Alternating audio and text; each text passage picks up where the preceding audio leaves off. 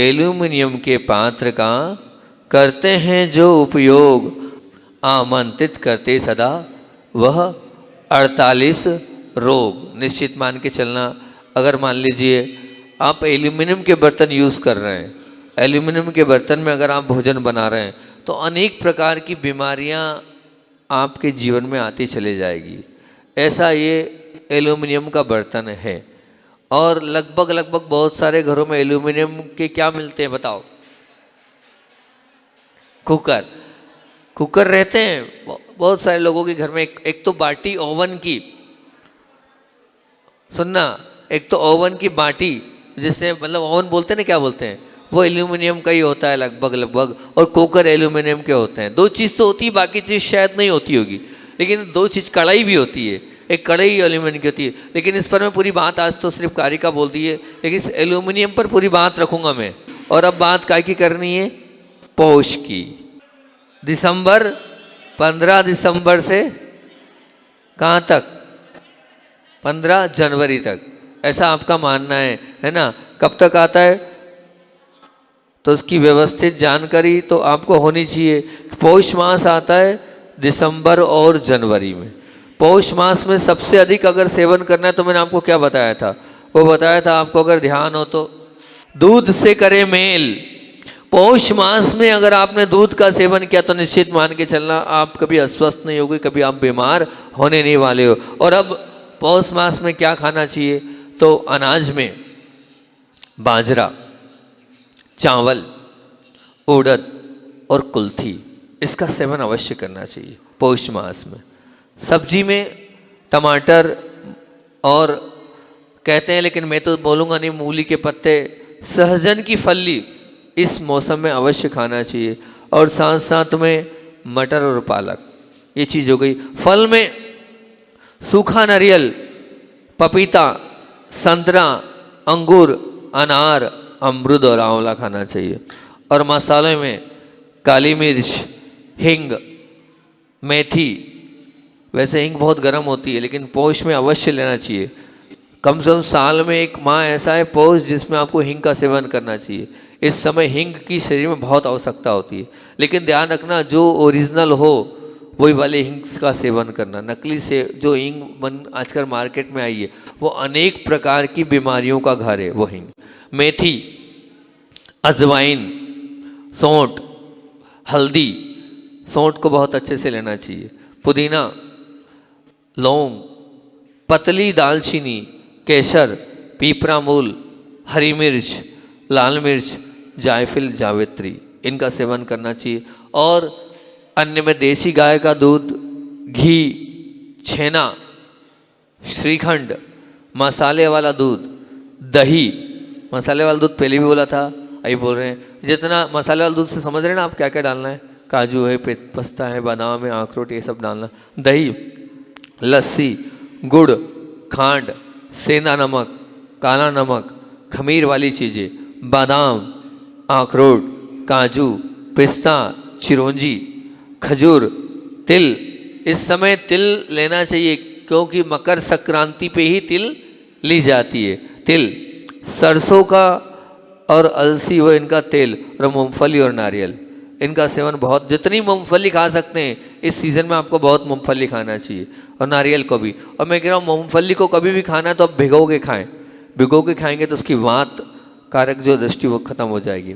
और कम क्या खाएं इस पौष मास में? 15 दिसंबर से 15 जनवरी का लगभग समय, इस समय गेहूँ, तुअर, लौकी, करेला, जीरा, जीरे को भी कम खाना है। क्यों? बहुत ठंडा होता है, अति ठंडा होता है, इतना ठंडा होता है। अगर मान ली आचार्य श्री जी ने एक बार, एक याद आ गया तो बता देता हूँ। एक महाराज जी को बहुत पित्त बढ़ा हुआ था, इतना पित्त बढ़ा हुआ था कि उनके मुख में भी पित्त आ रहा था। तो आचार्य श्री से मैंने कहा, आचार्य श्री बहुत हो रहा, बोले कुछ नहीं करो दुर्लभ, एक काम करो। मैंने कहा जी आचार्य श्री जी आ गया। बोले 2 गिलास पानी लेना, उसमें 2 चम्मच जीरा डालना, और बोले वो 25% ले जाए, मतलब कितना? आधा गिलास रह जाए। 2 गिलास का कितना रह जाए? आधा गिलास। बोले उस आधे गिलास पानी को, उसको उनको बोलना चूस चूस के पिए, चूस चूस के टॉनिक जैसा ले, और जो जीरा बचे उसको अच्छे से चबा देना।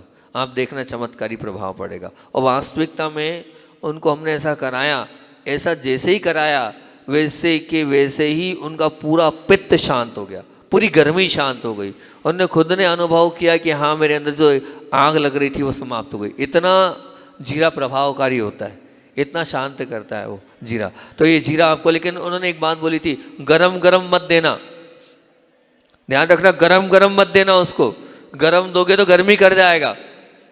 उसको कैसा देना, एकदम ठंडा, ठंडे से मतलब फ्रिज का ठंडा नहीं, सामान्य से ठंडा, वैसे आपको देना। तो बोले बहुत अच्छा होगा। तो वास्तविकता में बड़ा प्रभावकारी होता है वो जीरे का पानी। और जिनको इन्फेक्शन यूटीआई हो जाता है, यूटीआई के लिए बहुत काम का होता है ये जीरे का पानी। तो ये जीरा बता दिया, इस समय जीरा आपको लेना ही चाहिए। और साथ में क्या बताया है कि जीरे के साथ सज्जी खार, इलायची, सौंफ, मूंगफली का तेल, छाछ, पनीर, नींबू, किशमिश, मनुका कम खाएं क्योंकि ठंडे होते हैं। किशमिश स्वभाव से ठंडी, मनुका ठंडी, ठीक है ना, छाछ ठंडा, इन लोग इस चीज़ को नहीं लेना है हमें, ठीक। मूंगफली ले सकते हैं, लेकिन मूंगफली का तेल इस समय लेते तो है लेकिन कम खाएं। अब ना खाएं इसका बहुत ध्यान रखना है, क्योंकि ये सबसे ज़रूरी है कि इस समय हमें जौ नहीं लेना है, ज्वार नहीं लेना है, मसूर नहीं लेना है, चने का सेवन बिल्कुल नहीं करना है। सोचो आप, अभी चना क्यों नहीं लेना है, क्या कारण है चना? इस समय चने को मना किया गया है। चना, और आचार्य श्री जी ने एक बात और बोली थी, मैं अपने गुरुदेव के अनुभव बीच बीच में आपको सुनाते जाता हूँ, ताकि जो उनसे मैंने 25 साल में सीखा है वो उनका जीवन पूरा इसी में हुआ है। उन्होंने इतने बड़े संघ का संचालन किया है और सबका संयोजन किया है, तो उनके खुद के भी बहुत सारे अनुभव है, वो मुझे याद रहते हैं। बीच बीच में मैं आपको बताते चलता हूँ कि जो चना होता है, आचार्य श्री कहते थे कि कुछ काबुली चना होता है, उसको आप, वो जो वाइट वाला होता है, आचार्य जी बोलते हैं उसको नहीं खाना, वो वात कारक है, वो व्याधि कारक है, वो देशी नहीं है, वो विदेशी है। आचार्य जी कहते हैं वो देशी नहीं है, वो विदेशी है। आपको चना खाना है ना, वो जो हरा आता है, सूखा हुआ, सूखा हरा चना भी आता है, काला चना भी आता है, सबसे उत्तम काला चना, आप उस काले चने को खाना, वो देशी चना है, बाकी उसको मत खाना। वो विदेशी चना वो बहुत ज़्यादा वायु कारक है, वात कारक है, हानिकारक है, और जीवों की मात्रा भी उसमें बहुत अधिक होती है, आप ये मान के चलना। तो बोले चने का सेवन आपको नहीं करना है। तो यहाँ पर चना, और वैसे इस समय तो चने को स्पष्ट ही मना किया है कि चना ये हो चाहे वो, हमें चना नहीं खाना। ककड़ी बिल्कुल नहीं, पौष मास में ककड़ी का सेवन नहीं करना बिल्कुल। क्यों? जो लोग ककड़ी का सेवन करेंगे उनको निमोनिया हो जाएगा, निमोनिया आपको हो जाएगा। इतनी ठंडी ककड़ी होती है, आपने ककड़ी ली नहीं कि निमोनिया हो जाएगा आपको। सब्जी एक बार ले सकते हैं उसकी, सब्जी कोई खाता ही नहीं ककड़ी की, अरे 2 5 10 लोग खाते हैं ककड़ी, सब सलाद में खाते हैं, ठीक है ना। बाकी लोग ग्वार फली नहीं खाना, तरबूज नहीं खाना, खरबूज नहीं खाना। तरबूज खरबूज आजकल 12 महीने आने लगे हैं, तो तरबूज खरबूज जिस सीजन में नहीं खाना है ना। सूखा, अभी इस समय ध्यान रखना, धनिया, क्योंकि क्या है पौष में क्या नहीं खाना, तो धनिया, धनिया सूखा धनिया बिल्कुल नहीं लेना। इमली मीठी नहीं लेना, रिफाइंड तेल नहीं लेना, वनस्पति घी, डेयरी का घी नहीं लेना, बटर नारियल का तेल नहीं लेना, आयोडीन नमक नहीं लेना, सफ़ेद शक्कर नहीं लेना। ये सब चीज़ें आपको बिल्कुल भी नहीं लेनी है, बिल्कुल ध्यान रखना है इन सब चीज़ों का। इनको पौष मास में हमें किसी तरह से भी नहीं सेवन करना है। और अब बात चल रही थी कि हमें किसके साथ क्या नहीं खाना है, इस पर बात चल रही थी। और इस पर बात चलते चलते कहाँ तक, खरबूजे तक आ गए थे हम, है ना। खरबूजे का आपको बता दिया था किसके साथ क्या नहीं लेना, है ना। तो वही अपनी बात चल रही है। खरबूजे के साथ हमने आपको बता तो दिया था कि लहसुन का सेवन नहीं, दही का नहीं, दूध का नहीं, मूली के पत्ते का नहीं, और साथ साथ में पानी का सेवन नहीं करना है। अब तरबूज आते हैं, तो तरबूज जब भी खाएं बहुत ध्यान रखना, तरबूज जब भी खाएं तो 2 बिल्कुल नहीं लेना। एक तो तरबूज के आगे भी नहीं और तरबूज के पीछे भी नहीं, पानी मत पीना, ना तरबूज के आगे और ना तरबूज के पीछे पानी नहीं पीना। दूसरा, पुदीने का सेवन बिल्कुल नहीं करना, तरबूज के साथ पुदीने का सेवन नहीं करना, ये हानिकारक है, अति हानिकारक है। पुदीना यूं तो लाभकारी है, और लगभग ऐसा होता है कि गर्मी में सब लोग पुदीने का सेवन करते ठंडक की अपेक्षा से, लेकिन तरबूज के साथ पुदीना नहीं समझते, समझ रहे ना, फिर ऐसा क्यों हो रहा है चेहरा, करते हैं। आवाज गूंज रही है, गोलू भैया को बुला लो भैया। वो देने का सेवन क्या, तरबूज के साथ नहीं करना, ठीक। तो और अच्छा रहेगा, हम थोड़ा दूर से बोल लेते हैं, हो सकता है आवाज़ कम हो जाए। फिर उसके बाद चावल, बड़ी अनोखी बात इस चावल के लिए पढ़ने को मिली, तो लगा कि ऐसा भी है। चावल को सिरके के साथ अर्थात नहीं खाना, मतलब मीठी के साथ चावल को नहीं खाना, चाशनी के साथ चावल को नहीं खाना। तो महाराज जी हम मीठा चावल खाते, ध्यान रखना मीठा चावल इसमें नहीं आएगा।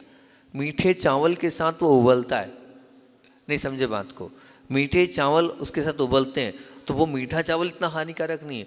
लेकिन चावल और उसमें चाशनी, चावल के साथ चाशनी को डालना वो हानिकारक है, आयुर्वेद उसको निषेध कर रहा है। बूरा नहीं, चाशनी। अब बूरा डाल सकते कि नहीं डाल सकते इसका तो मैं नहीं कह रहा हूं, पर बाकी चावल के साथ जो है वो चाशनी का तो निषेध है? हाँ, तो इसीलिए तो मना कर रहा हूँ, और क्या के लिए कर रहा हूँ। उसके माध्यम से सर्दी खांसी हो जाती है, तुरंत होती है, तुरंत इफेक्ट होता है। तो चावल के साथ चाशनी का प्रयोग नहीं करना। चावल और चाशनी जब भी आप खाओगे हानिकारक रहेगी, स्वास्थ्य के लिए वो हानिकारक रहेगी। और सुन लो कान खोलकर, बहुत अच्छी बात बता रहा हूं, ध्यान से सुनो आहार कराने वालों। नमक जितना अधिक चलाओगे उतना शरीर के लिए हानिकारक है। नमक कहीं से लेके कहीं तक भी शरीर के लिए लाभकारी नहीं है, और अधिक नमक तो अनेक प्रकार की बीमारियों का कारण है। आचार्य श्री जी ने एक बार बोला था 5 सफेद जहर हैं। क्या बोले थे? 5 सफेद जहर बोले थे आचार्य श्री ने। 5 सफेद जहर में ये एक तो पालिश वाला चावल बोला था, एक नमक बोला था, एक बूरा बोला था, एक जर्सी का गाय का दूध बोला था, और 5वां क्या है? मैदा, मैदा बोला था। ये 5 जहर हैं। उस 5 जहर में एक नमक भी जहर है, लेकिन आप नमक के बिना चलता नहीं है। और जिन महाराज का त्याग है उनको भी, आपको तो पता नहीं ना, आपकी तो भक्ति है, तिवल चोबल डल जाता है, आपको ध्यान ही नहीं देता, तिवल चोबल डाल देते, क्या होता होगा उन महाराज जी का बेचारा, क्या सोचो कैसे खाते होंगे वो, कैसे अंदर करते होंगे। नहीं है, गलत समझ रहे हो आप। बिना, आचार्य श्री जी कहते थे गेहूं के अंदर भी नमक है, सब्जियों के अंदर भी नमक है, दाल के अंदर भी नमक है, वो नमक की आवश्यकता ही नहीं है। लेकिन आपने धारणा बना ली है, आप रसना इंद्री को नहीं जीत पा रहे हैं, इसलिए आप चाह रहे हैं कि नहीं। लेकिन मैं कह रहा हूँ बिल्कुल भी नहीं, आप समझने का प्रयास करें, आप बिना नमक का खाएं। नमक जो है अनेक प्रकार की बीमारियों का कारण है। अब आप नहीं माने तो आप जाने, पर बाकी जो सच है वो तो मैं आपके बीच में रख रहा हूँ, बताते जा रहा हूँ कि भैया इसके साथ ये नहीं खाओ तो बहुत अच्छा रहेगा, आपका ही भला होगा, मेरा तो कुछ नहीं जाना। उड़द की दौर साथ साथ में मेरा भी भला हो जाएगा अगर आप मान जाओगे तो। उड़द की दाल सब लोग लेते हैं, लेकिन ये हालांकि कम हमारे लिए तो नहीं चलता, लेकिन आप लोग उसका सेवन करते हैं। ध्यान रखना, इसको आयुर्वेद में स्पष्ट रूप से चरक में भी मना किया है। जब मैंने चरक को देखा, 3 ग्रंथों में देखा, तीनों ग्रंथों में ये बात मिली कि उड़द की दाल के साथ मूली का सेवन नहीं करना। आप लोग नहीं करते, वैसे बहुत सारे लोग तो करते होंगे, 10 दादी माँ लोग नहीं करती जिनका जमीकंद का त्याग है, लेकिन जिनका जमीकंद का त्याग नहीं है वो उड़द के बड़े या उड़द की दाल लेते हैं, तो उस समय उस दिन या तो मूली नहीं खाना, वो सेव नहीं है। शायद उससे सफ़ेद दाग या स्किन डिसीज की प्रॉब्लम होती है, स्किन से कुष्ठ रोग आदि तक की भी बाधा हो सकती है उससे, वाइट दाग भी हो सकते हैं उससे, और अनेक प्रकार की बीमारियां उससे हो सकती हैगी। तो सफ़ेद मूली जो होती है, उस सफ़ेद मूली के साथ उड़द का सेवन आयुर्वेद में निषेध है, जहर कारक है।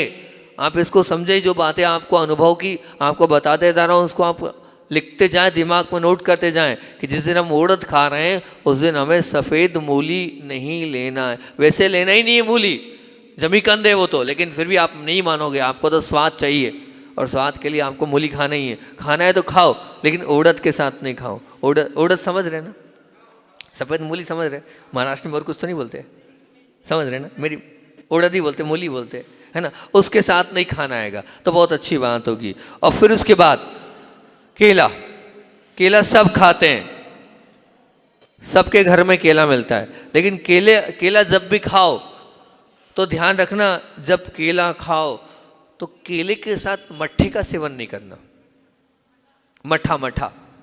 मट्ठे का सेवन केले के साथ नहीं करना।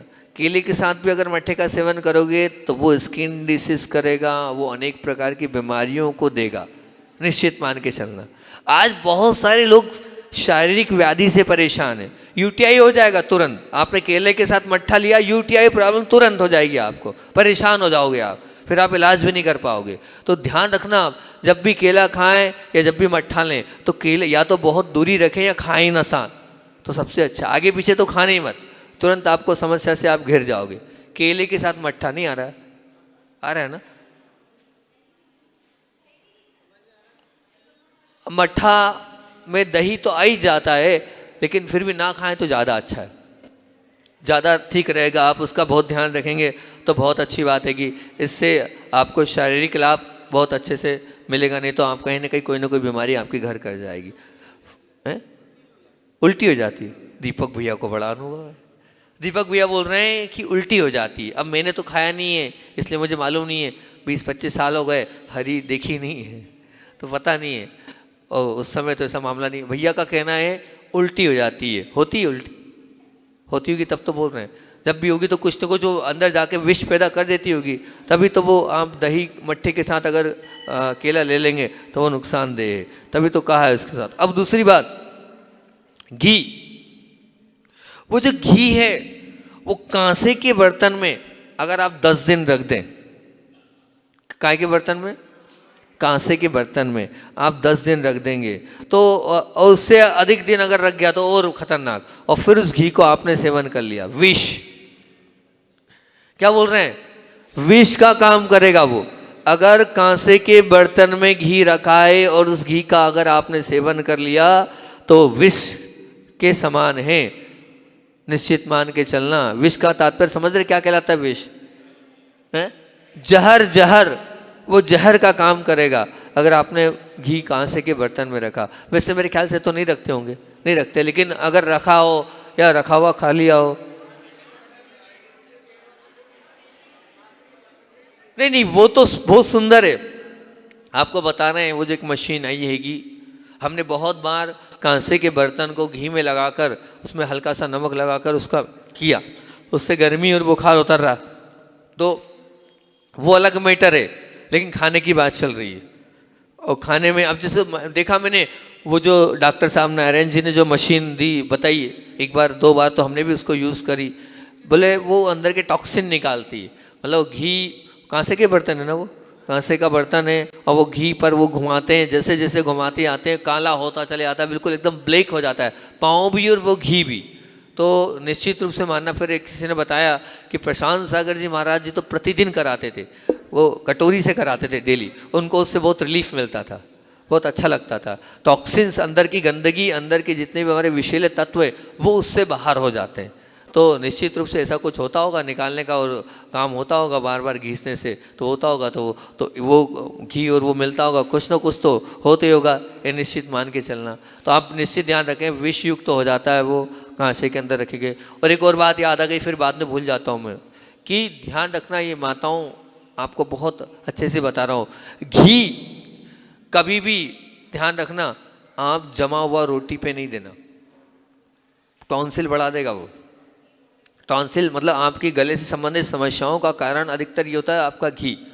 दूसरा, घी बदबूदार कभी नहीं देना। बहुत सारा घी जब खराब हो जाता है, जिसमें जो या तो सही पका नहीं होता है तो वो बदबू मारता है, वो घी कभी मत देना, वो भी बहुत सारी बीमारियों का कारण होता है। तीसरा, और बहुत ध्यान रखना, और ये होता है अक्सर हमारे साथ तो बहुत बार होता है, आप लोग क्या करते हो कि घी में तलते हो, पकौड़ी तली, पूरी तली, फिर उस घी को आप अगर दाल में मिलाओगे, अति हानिकारक। तले घी को कभी भी तले काम में ही लेना, तले घी को कभी भी चावल के ऊपर, रोटी के ऊपर, दाल में मत डालना। अगर आपने डाला तुरंत गला बैठ जाएगा, गला खत्म हो जाएगा। अब लेकिन आपको तो बचत करनी है, अब आप क्या करोगे उस घी को, तो आप वहीं डालते हो उसको। कौन सा घी बोलते हैं आप लोग? तड़ेल, तड़ेल बोलते हो। तो तड़ेल घी अच्छा यूज़ करते हो कि नहीं? लगभग करते हैं, मैंने देखा हैगा, लगभग करते। अरे करते हैं भैया, 2-4 पल हम नहीं करते, उससे क्या होता है? आपको घी अपनी जान से प्यारा है, इतना महंगा है ना वो 2500-2700 रुपये किलो वाला। लेकिन ध्यान रखना वो तला घी कभी यूज़ नहीं करना, तले घी को सब्जी में नहीं डालना, तले घी को तले के साथ करना, नहीं तो आपको एक बार टांसिल हो गई, एक बार गले में इन्फेक्शन हो गया, एक बार गले में स्थिति खराब हो गई, फिर बाद में आपको अनेक प्रकार की गोलियों से भी वो ठीक होने वाली नहीं है, ये आप निश्चित मान के चलना। और अब उसके बाद बता रहा हूँ कि दूध, सूरा और खिचड़ी। सूरा मतलब समझते ना? नहीं समझते हैं? सूरा पान का सेवन, सूरा मतलब बोलो भैया, आप लोग बोलो, आप लोग लेते हो तो। हाँ देखो, अच्छा देखो हमारे नारद जी लगता है उनको पूरा अनुभव है, उन्होंने कह दिया हाँ महाराज जी ये नहीं, अनुभव तो है आपको, नहीं है अनुभव। ड्रिंक, शराब, ध्यान रखना दूध, सूरा और खिचड़ी, इन तीन मतलब तीनों को एक साथ, ये तीनों एक साथ जैसे ही ले ली तो आयुर्वेद में विरुद्ध आहार कहा गया है। ये भी विष को उत्पन्न कर देता है, शरीर में अनेक प्रकार की बीमारियों को ये घर कर देता है। दूध, ड्रिंक मतलब शराब और खिचड़ी, ये तीनों एक साथ खाएं तो विरुद्ध आहार के अंतर्गत आते हैं। वैसे ये मैंने आपको इतने सारे विरुद्ध आहार आपको बता दिए, अब मैं आपसे यही बोल रहा हूँ कि ध्यान रखना, ये विरुद्ध आहार का मतलब ये कि जो लोग प्राणायाम करते हैं, जो लोग योगासन करते हैं, जो लोग व्यायाम करते हैं, उनकी प्रतिरोधक क्षमता बढ़ जाती है। या जो प्रतिदिन ही मतलब यानी कि इस प्रकार से मेहनत का काम करते हैं वो, या घी दूध आदि का सेवन करते हैं, मेहनती शरीर जिनकी पाचन शक्ति पत्थर जैसी है, जो डालो वो पचा ले, तो उनके लिए ये सब कुछ चीज़ है। लेकिन जो जिनकी शक्ति इतनी सामर्थ्यशील नहीं है, उनको तुरंत खाने के साथ ही तुरंत इन्फेक्शन होगा। महाराज जी हमने तो देखा, हम तो खा रहे हैं कुछ नहीं हो रहा है और आप क्यों ऐसा बोल रहे हो? तो भाई जो एक आयुर्वेद के हिसाब से आया है वो मैंने आपके बीच में रखा है, लेकिन दुष्प्रभाव तो है, आज नहीं तो कल वो कोई पाचन शक्ति उसकी आज बहुत पावरफुल है, युवावस्था है, और युवावस्था के जोश में अभी हाल सब कुछ अच्छा मेहनती शरीर है, तो हो सकता है वो सब कुछ पचा ले, एडजस्ट कर ले, लेकिन कब तक एडजस्ट करेगा, कब तक होगा? आज नहीं तो कल ये जो हानिकारक विरुद्ध प्रभाव पड़े, कुप्रभाव तो उसका निश्चित रूप से पड़ेगा ही पड़ेगा, आप ये निश्चित रूप से मानना। तो ये आयुर्वेद के अनुसार से विरुद्ध आहार आप लोगों के बीच में मैंने रख दिए। ये विरुद्ध आहार जो थे ये अहितकारी थे, लेकिन कुछ चीज़ें ऐसी हैं जो हितकारी है, कुछ चीज़ें ऐसी भी होती कि इसके साथ ये खाओ, इसका अनुभव भी होना बहुत ज़रूरी है, इसका ज्ञान होना भी बहुत ज़रूरी है। जब तक हम इस चीज़ को नहीं लेंगे, हम नहीं करेंगे, तो हम मान के चलना उलझ जाएंगे। विरुद्ध आहार के साथ किसके साथ क्या खाना चाहिए, इसका ज्ञान अत्यंत आवश्यक है। तो अभी 2-3-4 चीज़ें और मैं आपको इस विषय में बता देता हूँ कि किसके साथ क्या खाना है। जब भी आप उड़द खाएं, उड़द की आप क्या चीले खाते हैं, उड़द की आप भजी, क्या मंगोड़ी, उड़द की बड़े खाते हैं, उड़द लें तो उसके साथ आप मीठा गुड़ और खांड लें। उड़द के डोसे होते हैं, उड़द की जो सामग्री लेना लो, मना ही नहीं है। उड़द मांस का काम करता है, बहुत हैवी होता है, ठीक है ना। हर मौसम में तो खाना नहीं, मैंने आपको बता दिया है कौन कौन से मौसम में उड़द का सेवन करना। लेकिन जब भी उड़द का सेवन करो, उड़द के साथ गुड़ लो, उड़द के साथ खांड लो, मतलब मीठे का प्रयोग करो आप उड़द के साथ। तो वो जो उड़द है वो पच जाएगी, वो शरीर को लग जाएगी, वो शरीर के अंदर संतुष्टि और बलकारक पुष्टिकारक रहेगी। आप देखना हमारे यहाँ ठंड में उड़द के लड्डू बनाए जाते हैं, नहीं उड़द हाँ, उधर तो बनाते हैं, यहाँ नहीं बनाते, मुझे नहीं पता। उड़द की दाल को पीस कर ठंड में स्पेशल दिया जाता है, उसमें गुड़ भी होता है, मीठा भी होता है, उसको बहुत बलकारी। और तो और हम बताएं, जो माताएं होती है उस समय उनको उड़द के लड्डू दिए जाते थे उधर, जब गर्भवती माताएं होती है, उन गर्भवती माताओं के उड़द के लिए लड्डू दिए जाते थे। तो ये उड़द को गुड़ के साथ खाने के लिए बलकारक है, पुष्टिकारक है, वो हमारी ताकत को, हमारी ऊर्जा को कई गुना बढ़ा देता है।